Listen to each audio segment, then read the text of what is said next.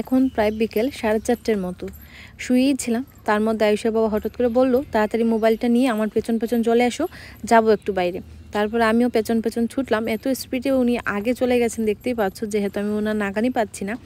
আর এই হলো আমাদের গ্রামের যে ছোট্ট রাস্তাটা, সেটা প্রায় ভিডিওতেই দেখার আমারও খুব ভালো লাগে, যেহেতু আমাদের এখানে মাটি কাটার কাজ চলছে।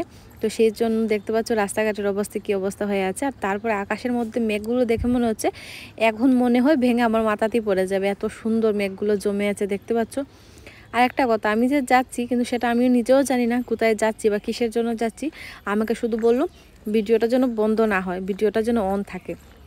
কিন্তু যে বললো আমাকে ভিডিওটা অন রাখো, কিন্তু সেই মানুষটা তো দেখতে পাচ্ছ কত আগে চলে গেছে। আমি ওনাকে ডাকছি যে দাঁড়াও, অপেক্ষা করো, কোনো কথাই আমার শুনছে না, শুধু বললো ভিডিওটা যেন অন থাকে। উনি আগে আগে ছুটলেন, কিসের জন্য কী কারণে কোনো কিছু আমি জানি না, সেই জন্য ভয়েস ওভারটা আমি পরে দিচ্ছি, যেহেতু আমি আগে নিজেও জানতাম না ভিডিওটা কিসের জন্য হচ্ছে, মানে বানাচ্ছি বা কী হবে আর কি, সেটা আমিও জানি না। তো চলো যাই, তোমাদেরকেও নিয়ে যাচ্ছি, কোথায় যাব না যাবো সব কিছু শেয়ার করব। তারপরে দেখলাম হঠাৎ একটা গাড়ি এসে দাঁড়ালো, তার মধ্যে দেখতেই পাচ্ছ সেটা কিসের বক্স। তো ওই বক্সটা আসার পরে আমি বললাম আমি একটু দড়ি কী আছে, তো বক্সের দেখেই বুঝতে পারছি যে এখানে একটা সাউন্ড সিস্টেম কিছু একটা আছে। কিন্তু তারপর আমার একটা ডাউট লাগছে, যেহেতু আয়েশার বাবা বলে কথা, যেহেতু এই বক্সটা হয়তো সাউন্ড সিস্টেমের হতে পারে বা ভিতরে অন্য কিছু একটা, তো সারপ্রাইজ তো আমাকে দিয়েই থাকে।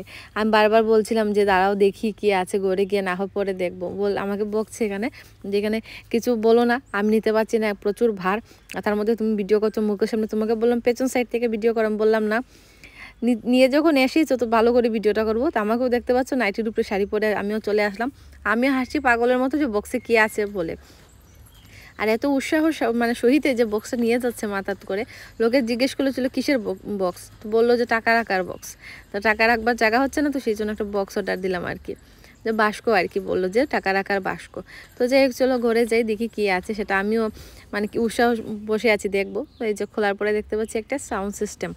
তো প্রথমে ভেবেছিলাম যে অন্য কিছু হবো, তারপরে বললো যে কি ভেবেছো, সেটা আমি সাউন্ড সিস্টেম, মানে আমাদের ঘরেটা নষ্ট হয়ে গেছে, তো কার্তিক মাস চলে গেছে, গান বাজনা কিছুই করা হয়নি, এমনি তো করেইছি কিন্তু যে বক্স দিয়ে কোনো কিছু হয়নি। তো সেটা আর কি ঠাকুর মানে গোপালের জন্য এটা আনা হয়েছে, গোপালের জন্যই কেনা হয়েছে। আর ঘরের যে বড়টা সেটা তো ঠিক করাতে দেওয়া হয়েছে। আর এটা হলো আমার গোপাল শোনার জন্য, সকালে মঙ্গল আরতি বা সন্ধ্যা আরতির সময় যেন মাইকটা অন করে আমরা গানটা গাইতে পারি। তো এটাই চেক করা চলছে যে জিনিসটা ঠিকঠাক এসেছে কি না বা সব কিছু লকে আছে কি না। তো এটা অর্ডার দেওয়া হয়েছে রিলায়েন্স থেকে, তো যেটা হয়তো আমাদের সদরঘাটের উল্টা সাইডে যে মলটা আছে, এখান থেকে অর্ডার দিয়ে আসার 5 দিন পরেও ডেলিভারি মানে দিয়ে গেল আর কি, সেটা আমি জানতাম না। তো আয়ুষের বাবাকে বুক টুক করে আসলো, আর এই যে এখন 5 দিন হয়ে গেছে, শনিবারে বুক করেছিল, বুধবার নাগাদ পৌঁছেও গেছে। তো দেখতে পাচ্ছ, তোমাদেরকেও দর্শন করালাম। আর এখানে যে যখন করে নিয়ে আসলাম আমার গোপাল সোনাকে দর্শন করাবো, আমার রাধারানীকে দেখাবো, তখনই কারেন্টটা চলে গেছে। আর এখানে দেখতে পাচ্ছ মা যেহেতু সন্ধ্যা আরতি করছেন আর কি, যে টর্চ লাইট জ্বালিয়ে কারেন্টটা চলে গেছে। আমার রাধারানীর মনে হয় সন্ধ্যা আরতির পরে আর কি বক্সটা দর্শন করবে, সেই জন্য আর কি কারেন্টটাও চলে গেছে। আর আমিও তোমাদেরকে অল্প সময় দর্শন করিয়ে দিচ্ছি সন্ধ্যা আরতি, যেহেতু আমি পুজো টুজো কিছু দিতে পারছি না, মাই সব কিছু করছেন দেখতে পাচ্ছ। আমার রাধারানীকে কেমন লাগছে কমেন্টে জানিও। আর সাজানো গজন সম্পূর্ণ মারাতে, বুঝতেই পারছো। আর যেহেতু আমি যখন পুজো দিতে যাব তখন বড় বিগ্রহের কাপড় চেঞ্জ করব। আর আমি যতদিন পুজো দিতে পারছি না এই বিগ্রহের এই পোশাকগুলোই থাকবে আর কি। ছোটো বিগ্রহ স্নান টান প্রতিদিনই হয়, কাপড় টাপড় চেঞ্জ করা হয়, কিন্তু আমি যতদিন পুজো দেবো না সেই জন্য আর কি ততদিন বড় বিগ্রহের কাপড়গুলো থাকবে। আর মার গানটা কেমন লাগছে না, যেই ভিডিওটা অন করেছি আর মার গলার সাউন্ডটাও চেঞ্জ হয়ে গেছে। তো যাই হোক বন্ধুরা, মাকে আর ডিস্টার্ব দেবো না, যেহেতু আমিও চলে যাব, ভিডিওটা অফ করে দেবো। আমিও ভালো করে দর্শন করি, যেহেতু সন্ধ্যা আরতি দর্শন করা, মঙ্গল আরতি দর্শন করা, নিজে যদিও আরতি না করতে পারো দর্শন করলো সিম্পল পাওয়া যায়। তো এই হলো আমার জগন্নাথ সুভদ্রা বলরাম। আর এইদিকে এখন কারেন্টও চলে আসবে, তখন ভিডিওটা অফ করবো, কারেন্টও চলে আসবে। এই যে বললাম না, এই যে এখন রাধারানীকে দেখানো হচ্ছে, যেহেতু সাউন্ডটা একটু বেশি সেই জন্য প্রথমে ঠাকুরের দিকেই ছিল, তারপরে ঘুরিয়ে এই যে এইদিকে রাখা হয়েছে। আর এদিকে বেশি ভলিউমও দেওয়া যাচ্ছে না, যেহেতু আয়ুষের টিউশন মাস্টার চলে এসেছে, ঘরেও পড়তে বসেছে, তো সেই জন্য অল্প অল্প করে চেক করা হচ্ছে, যেহেতু নতুন জিনিস আসার পরে সবাই জানো মানে উৎসাহটা কীভাবে বেড়ে যায় সেটা বলতে হবে না। নতুন জিনিস পাওয়ার পরে 5-6 দিন মানে একদম চোখ থেকে সরানো যায় না, এমন একটা ব্যাপার হয়ে যায় ঘরে। আর তার মধ্যে হয়ে যায় সাউন্ড সিস্টেম, যেটা আয়ুষের বাবার একটা প্রিয়, মানে গান হলে আর কিছু লাগে না, নিজে গান তো গাইবে না, আর কি বুঝে ব্লুটুথ দিয়ে গানটা চালিয়ে রাখবে, ঘরে কান মাথা কিছুই রাখা যাবে না। যাই হোক, তো তোমাদেরকে দেখিয়ে দিলাম। আর এখন কি দেখাবো জানো, যে এইটার যে বক্সটা ছিল কার্টুনটা প্যাকিং করে দিয়েছিল, এটা নিয়ে আয়ুষ পিয়ুষ কী করবে জানো, এটার ভিতরে পিয়ুষ বসবে একবার, আয়ুষ বসবে একবার, এই সব নমুনা চলবে। যেহেতু এটা বলেছিল আর কি, এটা একটু যত্ন সহকারে রাখবার জন্য, সেটা কিউআর কোড কী কী আছে ফটো উঠিয়ে রেখেছি। তারাও ওর পরেও বলেছে যে বাস্কটা যদি রাখা যায় 1 বছরের মধ্যে তাহলে আরও ভালো আর কি। আর এখানে যে মোবাইল দিয়ে সেটাকে কীভাবে কন্ট্রোল করা যায় সেটাই আমাকে আয়ুষা বাবা বলছিল, যে এই যে তুমি মোবাইল এটাকে চালাতে পারবে।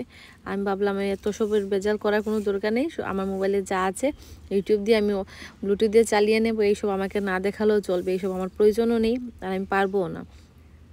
আর যেহেতু আয়ুষের বাবার জিনিস ধরতে একটু ভয় লাগে, কেন জানো, নিজে নষ্ট করে বলবে যে তুমি নষ্ট করেছো, তুমি করেছো, তুমি সেইটাও করেছো, সেই জন্য বাবা না ধরাটাই ভালো। আমি বললাম শুধু ব্লুটুথ অন করবো আর ঠাকুরের গান চালাবো, আর যদি কোনো দিন ঠাকুরের গান বা ভাগবত পাঠ করি তাহলে আমি মাইক্রোফোন দিয়েই করব, তোমাকে আর এত সব শেখাতে হবে না। এইসব বললাম, তারপরে চলে গেল, দেখতেই পাচ্ছ সরে গেছে। আর এত সময় বলছিলাম বন্ধ করে দাও বন্ধ করে দাও, বলছেন একটা সময় চালিয়ে দেখি যদি কোনো প্রবলেম থাকে। যেহেতু 7 দিনের রিটার্ন আছে, রিটার্নের সময় আছে, যে 7 দিনের মধ্যে যদি কোনো প্রবলেম হয় তাহলে ওরা রিপ্লেসমেন্ট মানে আরেকটা দিয়ে সেটা নিয়ে যাবে। তারপর আমি বলছিলাম যে এখন এসেছে, না হয় একটু সময়টা দাও, কিন্তু না, আয়ুষা বাবা বলছে আমি নাইট ডিউটিতে চলে যাবো, তারপরে তুমি দেখবে, তুমি সব কিছু করবে, আমি দেখবো না, আমার হিংসে হচ্ছে, এইসব বলছে আর কি। তো যাই হোক, এসব কথা কান্না দিয়ে আমি যাই দেখাই আয়ুষ পিউষ করছে তোমাদের চারিদিকে হচ্ছে। আয়ুষের বাবা যাবে আজকে নাইট ডিউটিতে, মাও চলে গেছেন ভোগ মানে ভোগ রান্না করতে, ঠাকুরের ভোগ হবে। আর এই যে আর বললাম না, আর ওই যে কার্টুন থেকে বেরিয়ে পড়লো, যেহেতু আমি যে ভিডিওটা অন করলাম সেই জন্য। আর এখানে হচ্ছে আয়ুষ পড়তেই আছে।